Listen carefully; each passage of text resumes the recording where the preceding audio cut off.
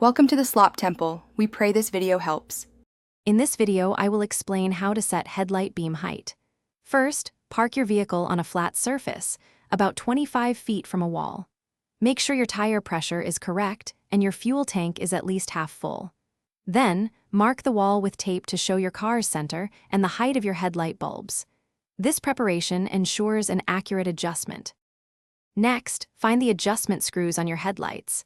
Most cars have 2 per headlight, one for vertical and one for horizontal aiming. Turn on your low beams. The top edge of the brightest part of the light beam should align with or be slightly below the tape line you marked earlier. This is your starting point for fine-tuning. Now, let's adjust the beams. Cover one headlight and work on the other.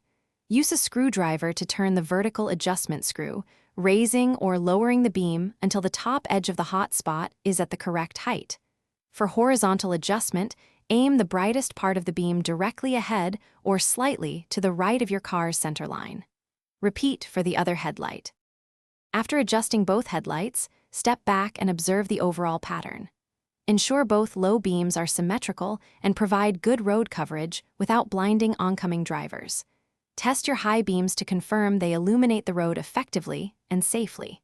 Remember, proper headlight aim is crucial for night driving safety. Also, check the description for a link to grab some Little Trees black ice and other great deals. Thanks for watching. Consider subscribing if we helped you.